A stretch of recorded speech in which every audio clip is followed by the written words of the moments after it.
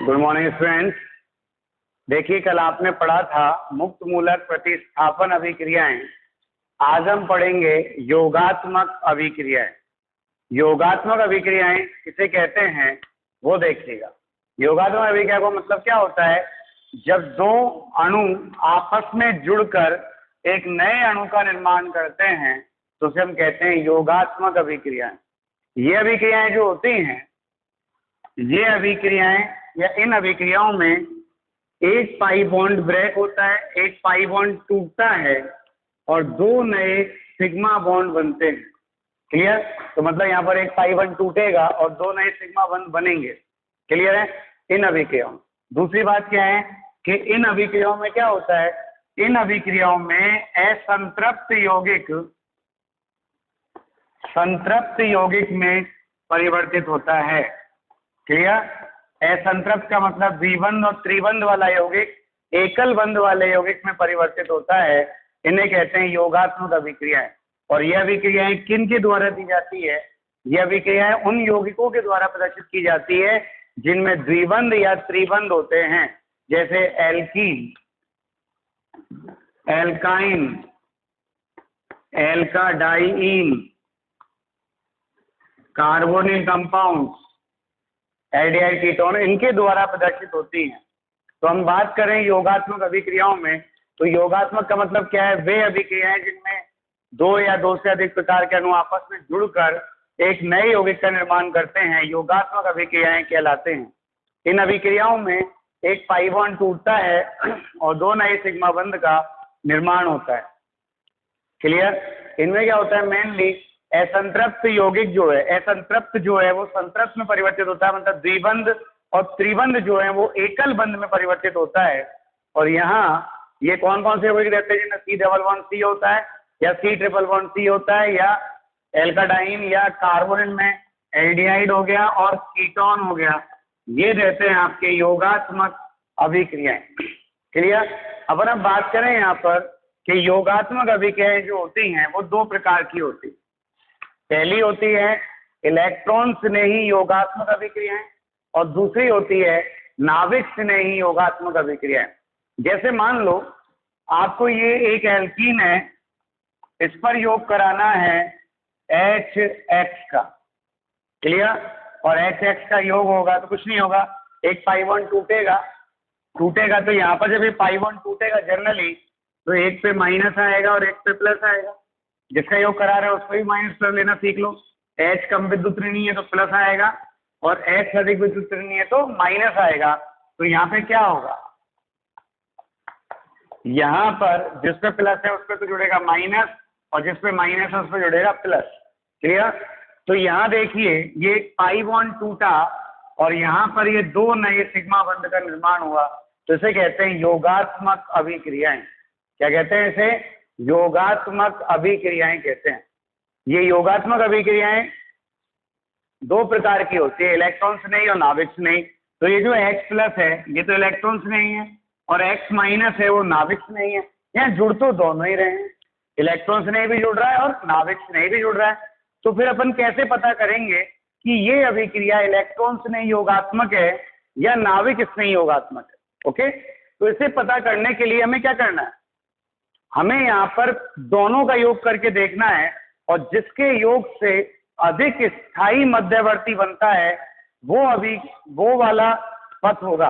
मतलब हम यहाँ पे क्या करेंगे, एक बार इलेक्ट्रॉन स्नेही का योग करा लेंगे, एक बार नाभिक स्नेही का योग करा लेंगे और दोनों योग से देखेंगे कि किससे मध्यवर्ती अधिक स्थायी प्राप्त होता है और जिससे अधिक स्थायी मध्यवर्ती प्राप्त होगा उससे अभिक्रिया करेंगे और जिससे कम स्थायी प्राप्त होगा उस पथ को नहीं लेंगे। तो जिस पथ में पहले जो अटैक कर रहा है वो होगा। देखिए अपन यहाँ पे कैसे आएगा वो देखिए। जैसे अपन बात करें यहाँ पर इलेक्ट्रॉन स्नेही योगात्मक अभिक्रिया, पहली बात करें इलेक्ट्रॉन स्नेही योगात्मक अभिक्रिया। कौन सी अभिक्रिया की बात कर रहे हैं अपन? इलेक्ट्रॉन स्नेही योगात्मक अभिक्रिया की बात कर रहे हैं। तो इलेक्ट्रॉन स्नेही योगात्मक अभिक्रिया का मतलब क्या है? वे अभिक्रियाएं जिनमें इलेक्ट्रॉन स्नेही का योग पहले होता है। क्या कहा मैंने? इलेक्ट्रॉन स्नेही का योग पहले होता है। इलेक्ट्रॉन स्नेही योगात्मक अभिक्रियाएं कहलाती हैं। ये अभिक्रियाएं एल्कीन, एल्काइन और एल्का डाइईन की अभिलाक्षणिक अभिक्रियाएं होती हैं। तो जब भी एल्कीन, एल्काइन, एल्काडाइंस आए तो हमें किन के बारे में सोचना है? हमें सोचना है इलेक्ट्रॉन स्नेही योगात्मक अभिक्रियाओं के बारे में। हम इस एग्जाम्पल को देखें कि कैसे करते हैं। तो इलेक्ट्रॉन स्नेही योगात्मक अभिक्रिया को अपन समझा रहे हैं किसके द्वारा? एल्कीनों पर HX के योग के द्वारा। उदाहरण उसको ले रहे हैं। तो यहाँ उदाहरण ले लिया मैंने, एक बड़ी अभिक्रिया है और चैप्टर नंबर 10 की बड़ी अभिक्रिया है। तो एल्कीनों पर HX का योग, क्लियर? अब हमें ये योग कराना है एल्कीन पर HX का योग। H को बोलते हैं हाइड्रो, X को बोलते हैं हेलोजन। तो इस अभिक्रिया को बोलते हैं हाइड्रो हेलोजनीकरण। क्या बोलते हैं इस अभिक्रिया को? हाइड्रो हेलोजनीकरण। ओके, तो यहाँ पर आप देखिएगा क्या होता है हाइड्रो हेलोजनीकरण, वो देखिएगा। तो हाइड्रो हेलोजनीकरण यहाँ पर ही ले लिया एल्कीन और इस पर अपन ने HX का योग कराया। तो एक पर H जुड़ेगा, एक पर X जुड़ेगा। तो मैंने ये जोड़ दिया C। अब आप जनरली क्या करें कि जैसे मान लो डबल बॉन्ड को इधर ले गए, अभी तो दोनों तरफ समान है, किधर भी जा सकता है, कोई दिक्कत ही नहीं है। इधर जाएगा तो इस पे माइनस आएगा, इस पे प्लस आएगा। ये बॉन्ड टूटेगा तो X पे प्लस आएगा और X पे माइनस आएगा। क्लियर? डेल है आंशिक आवेश। तो क्या करना है? माइनस पे तो इसका प्लस जुड़ेगा और प्लस पे इसका माइनस जुड़ेगा। क्लियर? अब हम इसकी क्रियाविधि देखें कि भाई मैकेनिज्म में हमें कैसे पता पड़ रहा है कि ये एक इलेक्ट्रॉन स्नेही योगात्मक अभिक्रिया है। क्या कहा मैंने? हमें कैसे पता पड़ेगा कि ये एक इलेक्ट्रॉन स्नेही योगात्मक अभिक्रिया है? तो उसका पता करने के लिए क्या करना है अपन को? उसका पता करने के लिए इसकी क्रियाविधि लिखेंगे। तो आप यहाँ देखिए C double bond C। Clear? अब पहले तो मैं इस बॉन्ड को इधर ले गया, शिफ्ट कर दूं पाई बॉन्ड को। अभी तो कोई भी इफेक्ट नहीं है यहाँ पर, लेकिन अपन इसे प्लस आई मतलब आई इफेक्ट, हाइपर कॉन्जुगेशन और अनुनाद के आधार पर शिफ्ट करेंगे। ठीक? तो यहाँ पर आप देखें जैसे आपने इसको ले गए तो इस कार्बन पर तो आएगा माइनस और इस पर आएगा प्लस। क्लियर?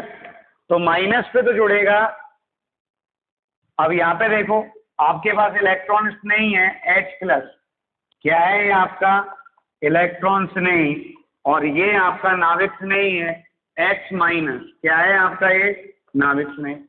तो जो इलेक्ट्रॉन्स नहीं है वो तो आक्रमण करेगा ऋणावेशित कार्बन पर।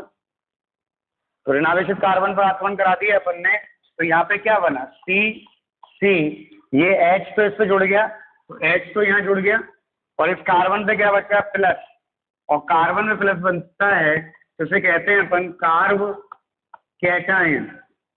क्या कहते हैं अपन इसको? Carb cation. और ये जो X माइनस है ये आक्रमण करेगा धनावेशित कार्बन पर। इस पर आक्रमण करेगा धन आवेशित कार्बन पर। और जब ये धनावेशित कार्बन पर आक्रमण करेगा तो यहाँ तो जुड़ गया X माइनस और इस कार्बन पे क्या रह गया? माइनस रह गया ना भाई। तो यहाँ पे बना कार्ब एनायन। अब देखिए यहाँ पर तो कार्बन पर धनावेश है और यहाँ पर कार्बन पर ऋणावेश है। तो एक में कार्बन पर धनावेश है और एक में कार्बन पर ऋणावेश है। ओके, तो जब कार्बन पर धनावेश है और एक में ऋणावेश है तो कार्बन आप जानते हैं कि कम विद्युत ऋणी है। क्या है? कार्बन कम विद्युत ऋणी परमाणु है। और जब ये कार्बन कम विद्युत ऋणी परमाणु है तो इस पर धनावेश अधिक स्थायी होगा बजाय ऋण आवेश के। इसका मतलब स्थायित्व जो है वो स्थायित्व कार्ब कैटायन का अधिक होता है बजाय कार्बेनायन का। क्लियर? ये स्थायित्व है। तो ये अधिक स्थायी है कार्ब कैटायन, और ये जो कार्ब एनायन है ये वाला, ये क्या है आपका कम स्थायी है। और मैंने कहा था आपसे कि आपको देखना है कि अभिक्रिया किस पथ से होगी, तो आप दोनों का आक्रमण कराओ। इस पथ में आपने इलेक्ट्रॉन स्नेह का आक्रमण कराया और इस पथ में आपने नाभिक स्नेह का आक्रमण कराया। जब आपने इलेक्ट्रॉन स्नेह का आक्रमण कराया तो आपको अधिक स्थायी मध्यवर्ती प्राप्त हुआ, और जब आपने नाभिक स्नेह का आक्रमण कराया तो आपको कम स्थायी मध्यवर्ती प्राप्त हुआ। ओके, तो आप जानते हैं जिधर से कम स्थायी होगा वो अभिक्रिया नहीं देगा। तो ये पथ तो सही है ही नहीं, ये पथ सही है। और जब ये पथ सही है तो पहले किसका आक्रमण हो रहा है? इलेक्ट्रॉन स्नेही का। भाई ये पथ जब सही है, क्योंकि इसमें अधिक स्थायी मध्यवर्ती बन रहा है, तो इसमें पहले आक्रमण किसका हो रहा है? पहले आक्रमण किसका हो रहा है? इलेक्ट्रॉन स्नेही का। और इलेक्ट्रॉन स्नेही का आक्रमण हो रहा है, तो ऐसे कहते हैं हम इलेक्ट्रॉन स्नेही योगात्मक अभिक्रियाएं। मतलब अपन ने यही तो कहा था, वे अभिक्रियाएं जिनमें इलेक्ट्रॉन स्नेही का योग पहले होता है, इलेक्ट्रॉन स्नेही योगात्मक अभिक्रियाएं कहलाती हैं। तो यहाँ पर इस पथ में देखो आप, इलेक्ट्रॉन स्नेही पहले जुड़ रहा है, उसके बाद यहाँ जुड़ेगा X-2, और X- जुड़ेगा तो क्या बनेगा? दिस, यहाँ पे X और यहाँ पे H, ये बन गया उत्पाद। तो यहाँ पर एल्कीन पर क्या दे रहा है? एल्कीन जो है वो इलेक्ट्रॉन स्नेही योगात्मक अभिक्रिया दे रहा है। क्यों दे रहा है? क्योंकि इस अभिक्रिया में इलेक्ट्रॉन स्नेही का योग पहले हो रहा है। क्या हो रहा है? इलेक्ट्रॉन स्नेही का योग, इलेक्ट्रॉन स्नेही का योग पहले होता है। क्या होता है? इलेक्ट्रॉन स्नेही का योग पहले होता है। क्यों? क्योंकि बनने वाला मध्यवर्ती कार्ब कैटायन कार्ब एनायन की तुलना में अधिक स्थायी होता है। क्लियर? तो समझ में आया एल्कीन ना इलेक्ट्रॉन स्नेही योगात्मक अभिक्रिया क्यों देते हैं।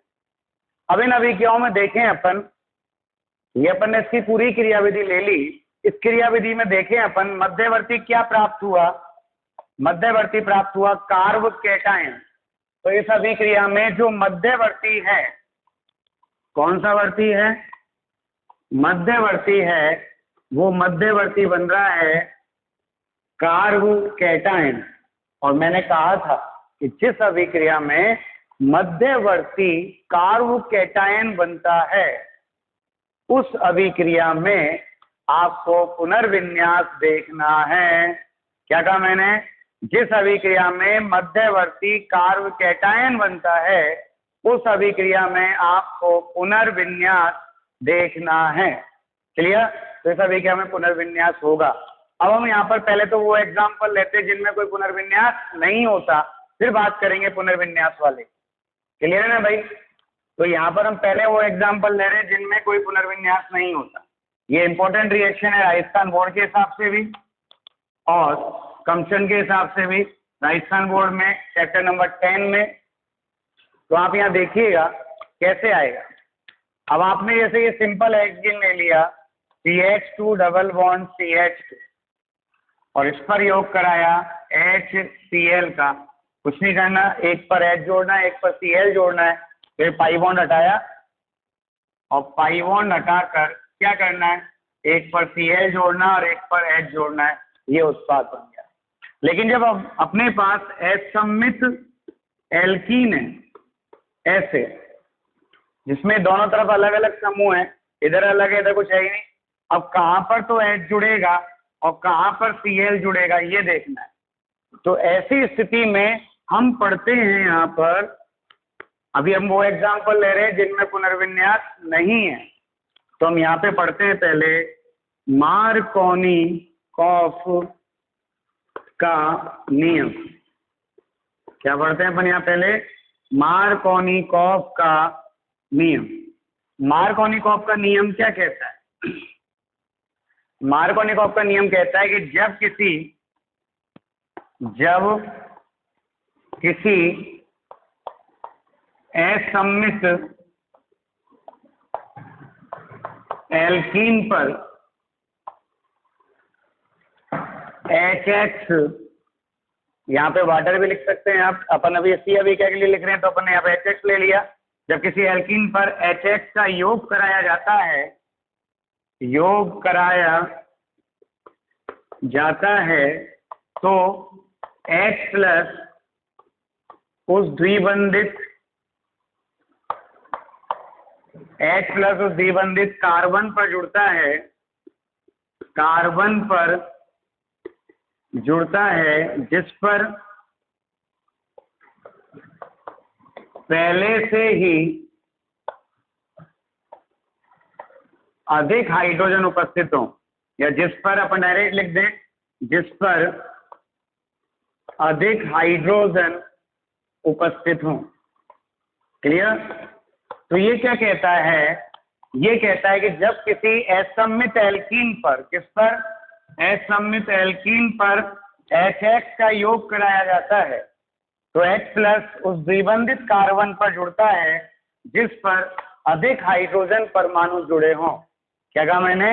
H प्लस उस द्विबंधित कार्बन पर जुड़ता है जिस पर अधिक हाइड्रोजन परमाणु जुड़े हों।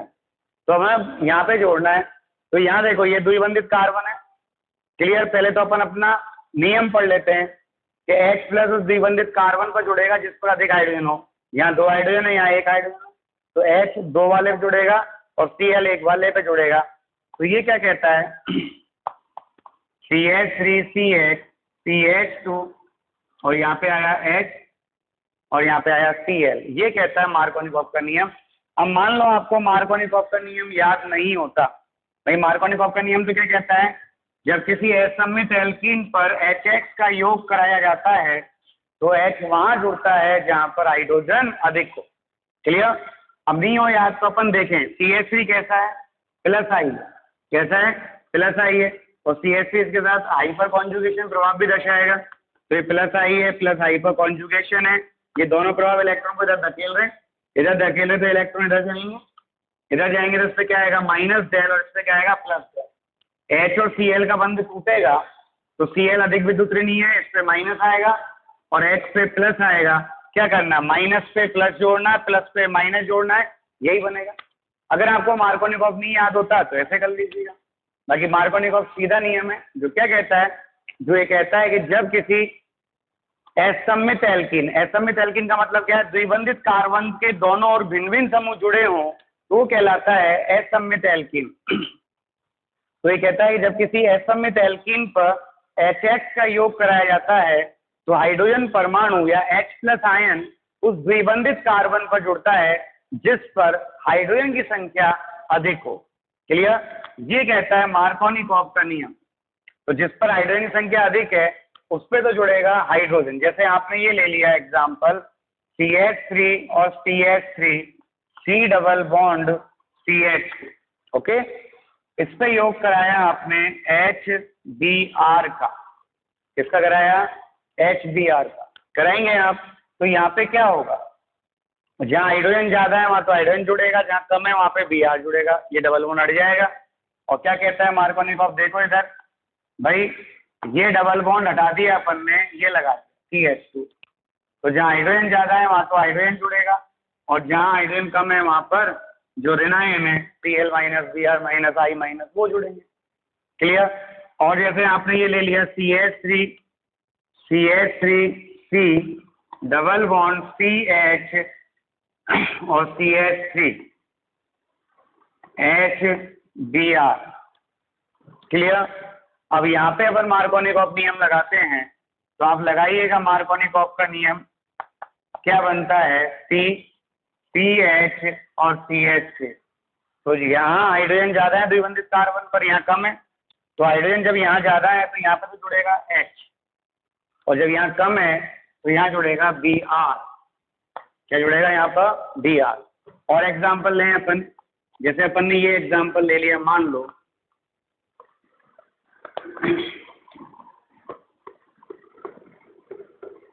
ये एग्जाम्पल ले लिया और यहाँ पे अपन ने HCl का योग कराया तो यहाँ हाइड्रोजन ज्यादा है। भाई बेंजीन वलय का द्विबंध योगात्मक अभिक्रियाएं कभी भी नहीं देता, ये ध्यान रखना।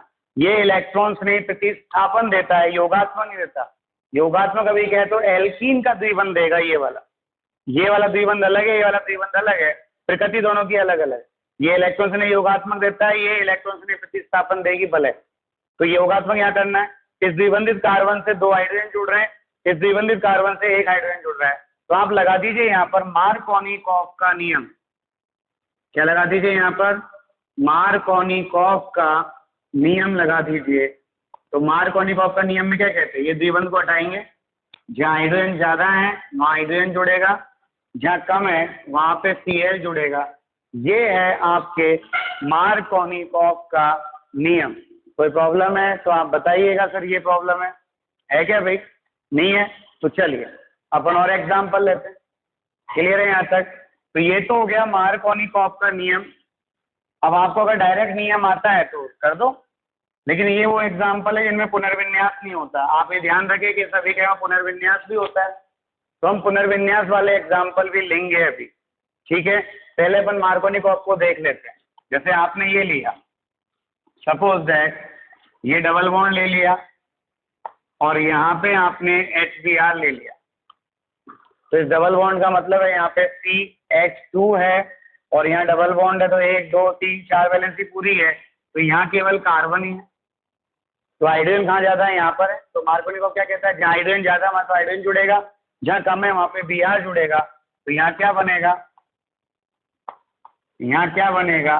CH3 और Br बनेगा। आपने ऐसे ये एग्जाम्पल लिया होता, सपोज दैट ये एग्जाम्पल लिया होता, तो यहाँ CH है, यहाँ C है, तो CH पे हाइड्रोजन ज्यादा है तो यहाँ H जुड़ेगा। तो आप यहाँ पर ले लें HBr, क्या बनेगा? यहाँ पे बनेगा H जुड़ेगा और यहाँ पर Br जुड़ेगा। कोई कंफ्यूजन है तो आप बताइएगा। तो ये है एल्कीनों पर HX का योग के लिए मार्कोनिकॉफ का नियम। क्लियर है? कोई प्रॉब्लम है मार्कोनिकॉफ में तो आप बताइएगा। कोई दिक्कत है? दिक्कत है क्या भैया? नहीं है। अब हम बात करें पुनर्विन्यास की, तो बाद में बात करेंगे। पहले अपन यहाँ पर देखें कि यहाँ पर क्या होता है बेटा। एक और नियम आता है जिसका नाम है विपरीत मार्कोनिकॉफ का नियम, और उसे कहते हैं हम परऑक्साइड प्रभाव। क्या कहते हैं हम उसे? परऑक्साइड प्रभाव कहते हैं। तो आप देखिएगा कैसे आएगा परऑक्साइड प्रभाव। क्लियर? तब हम पढ़ रहे हैं अगला प्रभाव जिसका नाम है विपरीत मार्कोनिकॉफ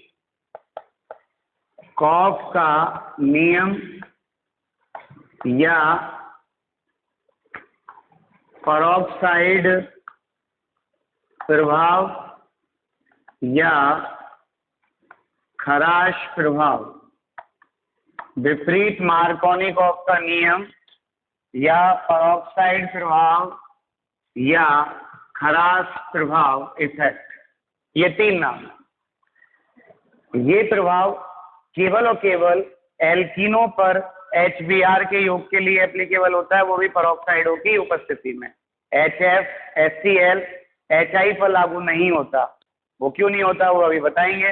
तो अपन यहाँ कह दें क्या है कि भाई जब किसी असममित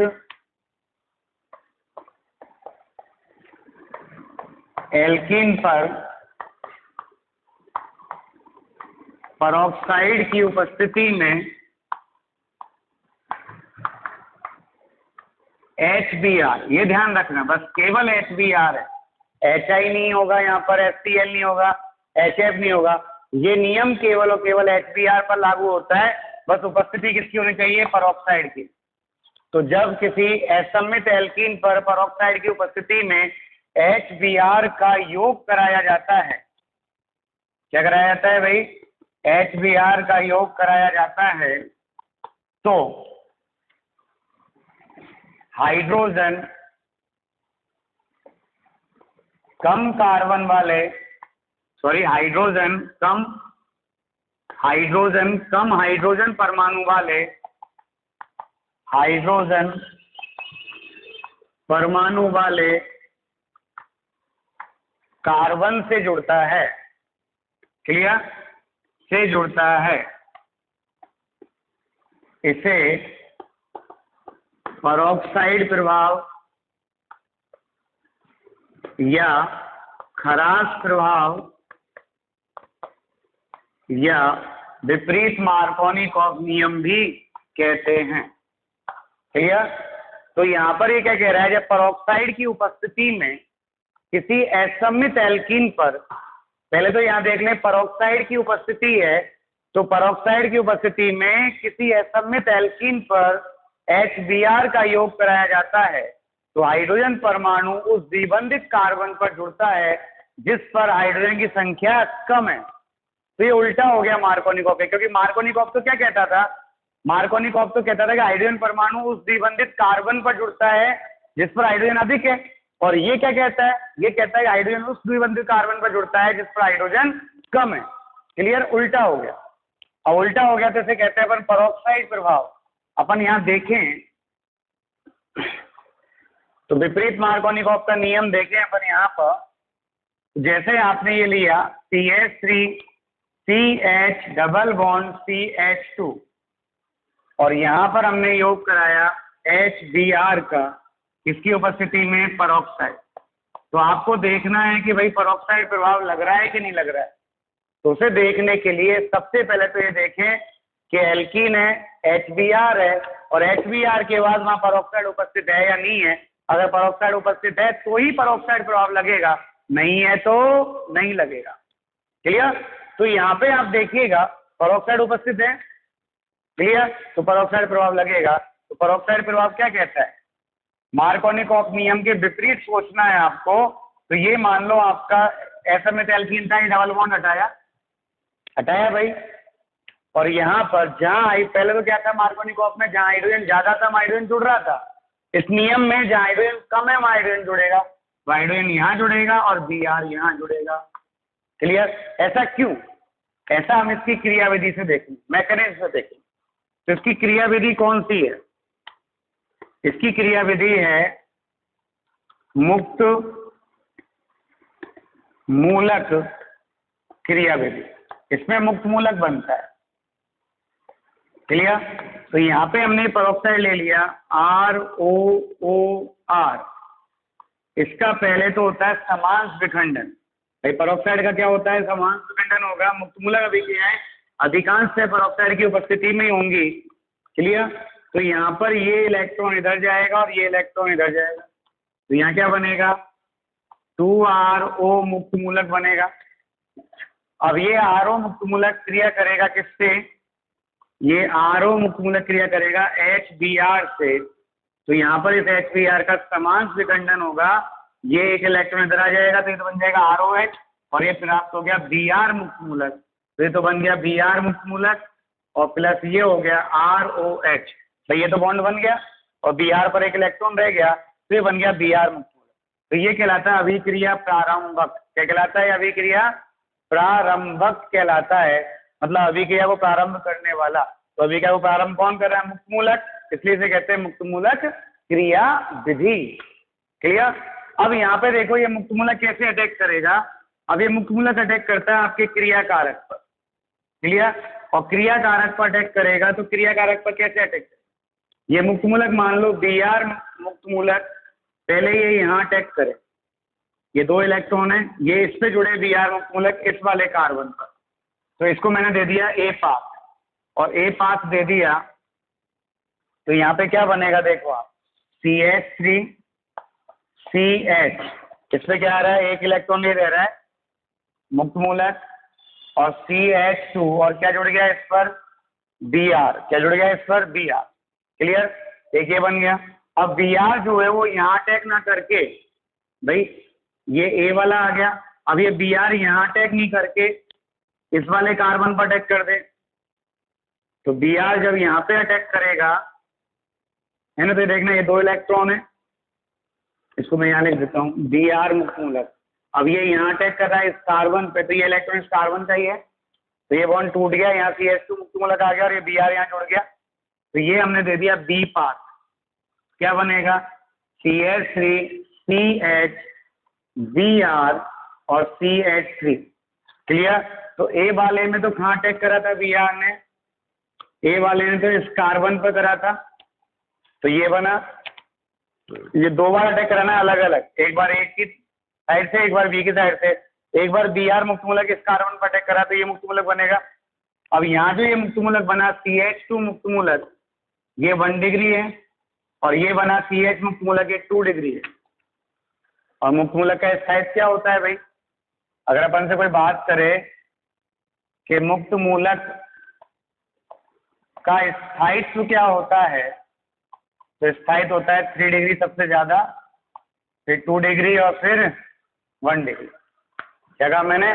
3 डिग्री सबसे ज्यादा, फिर 2 डिग्री और फिर 1 डिग्री। क्लियर? तो ये यहाँ पर अधिक स्थायी होगा, 2 डिग्री अधिक स्थायी है, और ये यहाँ पर कम स्थायी है। और मैंने आपसे कहा था जब अभिक्रिया में एक अधिक स्थायी आ रहा हो, एक कम स्थायी आ रहा हो, तो कम स्थायी वाली अभिक्रिया होगी नहीं, कौन सी होगी? अधिक स्थायी वाली होगी। तो अधिक स्थायी में इस कार्बन पे Br जुड़ रहा है, तो इस कार्बन में क्या जुड़ेगा? H जुड़ेगा। देखो आप यहाँ पर ये H और Br ले लिया, तो यहाँ पर ये आ गया, ये H इस कार्बन पर जुड़ रहा है, तो ये बंद बना लिया, Br निकल गया, तो यहाँ से निकला -Br मुक्त मूलक, और क्या बना? CH3 CHH और CH2Br। तो यहाँ देखिएगा H कहाँ जुड़ रहा है? H वहाँ जुड़ रहा है जहाँ कार्बन पर हाइड्रोजन कम है। क्लियर? और कम हाइड्रोजन कहाँ पर है? इस कार्बन पर है। और Br कहाँ जुड़ रहा है? जहाँ हाइड्रोजन अधिक है। तो ये मार्कोनिकॉफ के नियम के विपरीत है। ऐसा क्यों हुआ? क्योंकि यहाँ इस अभिक्रिया में जो मध्यवर्ती बना परोक्साइड प्रभाव वाली में, वो मध्यवर्ती जो बना वो बना आपके मुक्त मूलक, और मुक्त मूलक 2 डिग्री अधिक स्थायी होता है, तो इस पद से अभिक्रिया होगी। क्लियर? तो इसे कहते हैं परोक्साइड प्रभाव। जो क्या कहता है? ये कहता है कि जब किसी असममित एल्कीन पर परोक्साइड की उपस्थिति में HBr का योग कराया जाता है, किसका कराया जाता है? HBr का योग कराया जाता है, तो हाइड्रोजन उस द्विबंधित कार्बन से जुड़ेगा जिस पर हाइड्रोजन की संख्या कम है। क्लियर? हाइड्रोजन उस द्विबंधित कार्बन से जुड़ेगा जिस पर हाइड्रोजन की संख्या कम है, उससे नहीं जुड़ेगा जिस पर अधिक है। तो ये मार्कोनिकॉफ के नियम का विपरीत हो गया। तो ये मार्कोनिकॉफ में हाइड्रोजन वहां जुड़ रहा था जहां हाइड्रोजन अधिक है, यहां हाइड्रोजन वहां जुड़ेगा जहां हाइड्रोजन कम है। क्लियर? ये कहलाता है विपरीत मार्कोनिकॉफ। उसके लिए आपको एक क्रियाविधि देखनी है। क्लियर?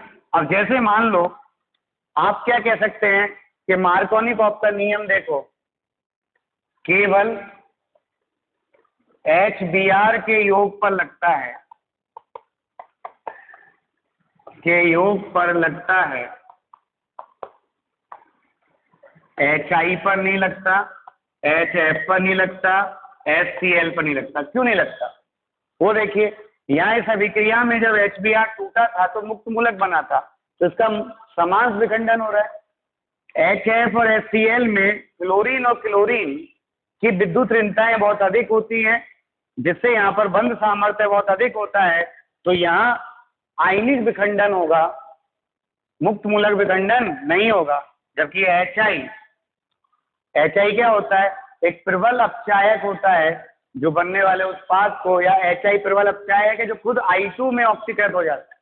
क्लियर? तो ये तो देगा ही नहीं, ये तो ऑक्सीकृत हो रहा है I2 में, जो अपचायक होगा वही ऑक्सीकृत होगा। यहाँ पे बंध सामर्थ्य ज्यादा है और विद्युत ऋणताओं में अंतर ज्यादा है, तो यहाँ पर समांश विखंडन ना होकर आयनिक विखंडन होगा, तो ये भी नहीं देंगे। तो केवल कौन देता है? ये देता है केवल HBr। तो परोक्साइड प्रभाव केवल HBr पर लगता है, HF और HCl पर नहीं लगता। क्लियर? अब आप देखिए, जैसे मान लो आपने यहाँ पर ये दे दिया CH3CH, क्या डिफरेंस आएगा वो देखिए। यहाँ पे आपने HBr लिखा और यहाँ पे आपने HBr लिखा, वो भी पर ऑक्साइड की उपस्थिति में। क्लियर? तो यहाँ जहां पर ऑक्साइड नहीं है वहां तो मार्कोनिकॉफ का नियम है, मार्कोनिकॉफ का नियम लगेगा, और जहां पर ऑक्साइड है वहां पर विपरीत मार्कोनिकॉफ का नियम लगेगा। क्लियर? और यहाँ पे लगेगा मार्कोनिकॉफ। ये क्या कहता है, जहाँ हाइड्रोजन अधिक है वहां तो हाइड्रोजन जुड़ेगा, जहाँ कम है वहां पे Br जुड़ेगा।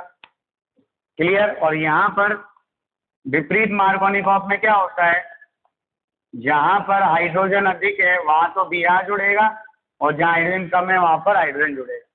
ये दोनों के उत्पाद में अंतर आ गया। क्लियर।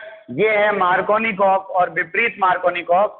और एग्जाम्पल देखें अपन, है ना, और एग्जाम्पल देखें अपन, कुछ नहीं करना आपको। जैसे मान लो आपने ये एग्जाम्पल ले लिया,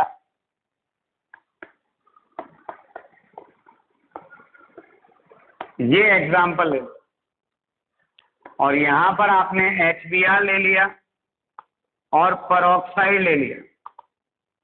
तो पेरोक्साइड की उपस्थिति में HBr का योग कैसे होगा, विपरीत मार्कोनिकॉफ नियम के अनुसार होगा। तो ये यहाँ देखिए CH, जहां H कम है वहां तो H जुड़ेगा, जहां H ज्यादा है वहां पर Br जुड़ेगा। ये है आपका विपरीत मार्कोनिकॉफ का नियम। बोलो कोई कंफ्यूजन है तो, है क्या भाई? चलिए बाकी अपन कल पढ़ेंगे। धन्यवाद।